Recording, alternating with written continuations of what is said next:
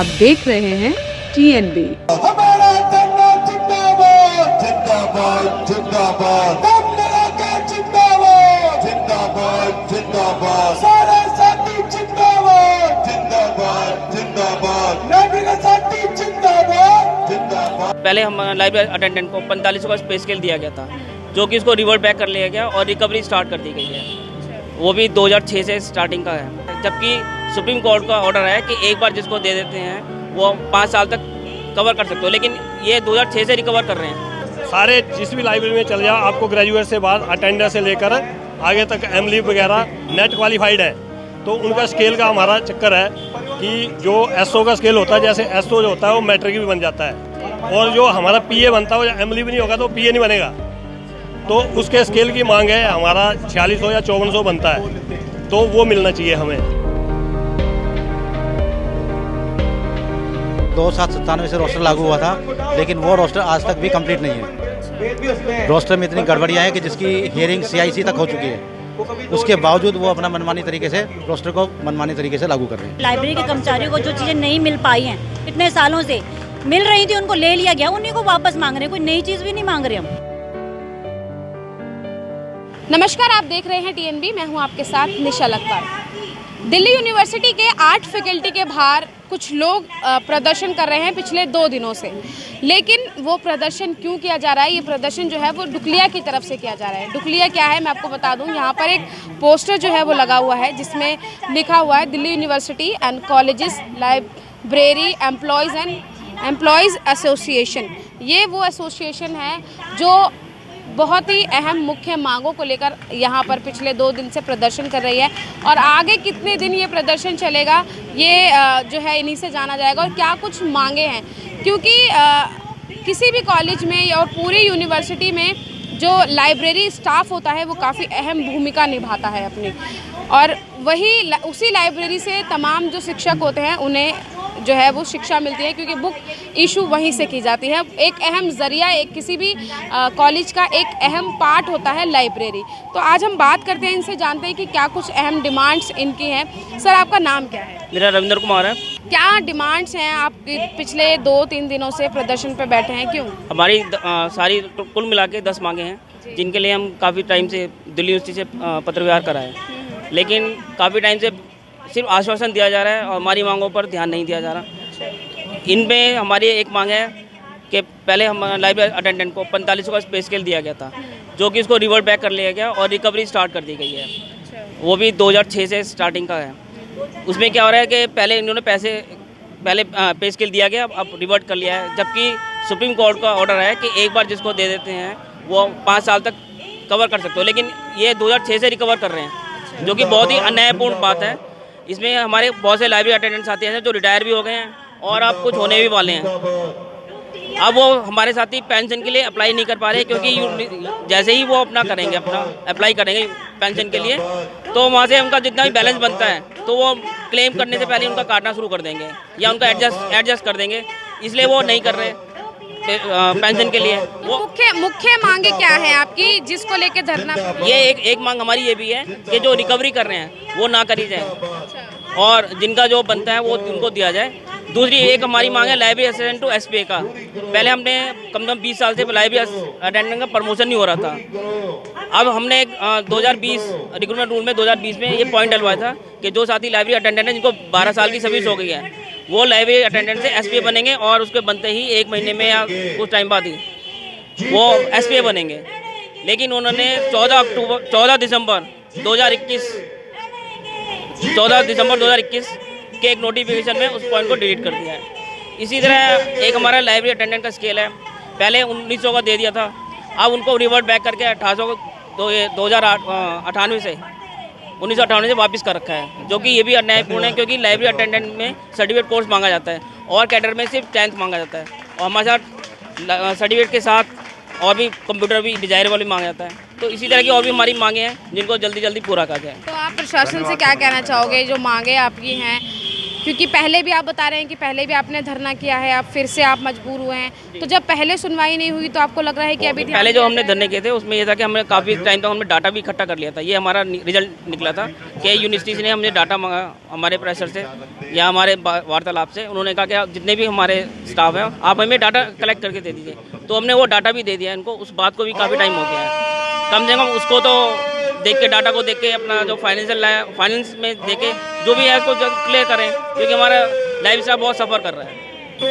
Sir आपसे जानना चाहूँगी, एक आरआर रूल हमारा लागू हुआ था, तो आरआर रूल में एक हमारे जो अटेंडेंट है उन्हें 20-20, 25-25 साल हो गए थे, तो उस आरआर रूल में पता नहीं पैरा नंबर 5 या 6 जो भी था, उसमें ये लिखा हुआ था कि जो बंदा असिस्टेंट की पोस्ट अगर खाली है और आगे एसपीए की पोस्ट खाली है तो उसको असिस्टेंट बना के 5 दिन में उसको हम एसपीए बना देंगे।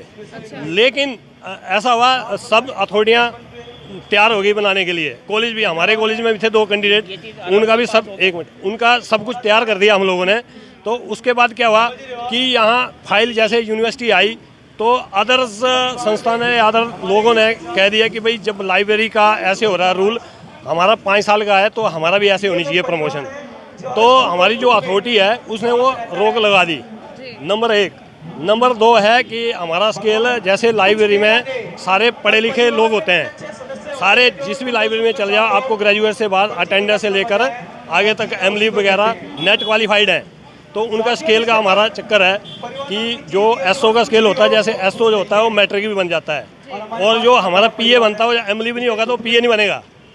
तो उसके स्केल की मांग है, हमारा 4600 या 5400 बनता है, तो वो मिलना चाहिए हमें। आपके कॉलेज में सब ठीक है, प्रमोशन भी हुआ है, लेकिन बस आप ये है अपने संस्था को सपोर्ट कर रहे हैं। हम जो है अदर कॉलेजों की सपोर्ट कर रहे हैं, और हमारे कॉलेज में कोई दिक्कत नहीं है। हमारे प्रिंसिपल साहब भी बिल्कुल ठीक काम कर रहे हैं, और जो हमारे लाइब्रेरियन साहब है वो भी ठीक काम कर रहे हैं, सबकी प्रमोशन कर रहे हैं। लेकिन हमारे जो प्रिंसिपल है उनके पास तो कोई एक पेपर आ जाए ना टेबल पे, तो जब भी काम हो जाता है वो लाइब्रेरियन भी।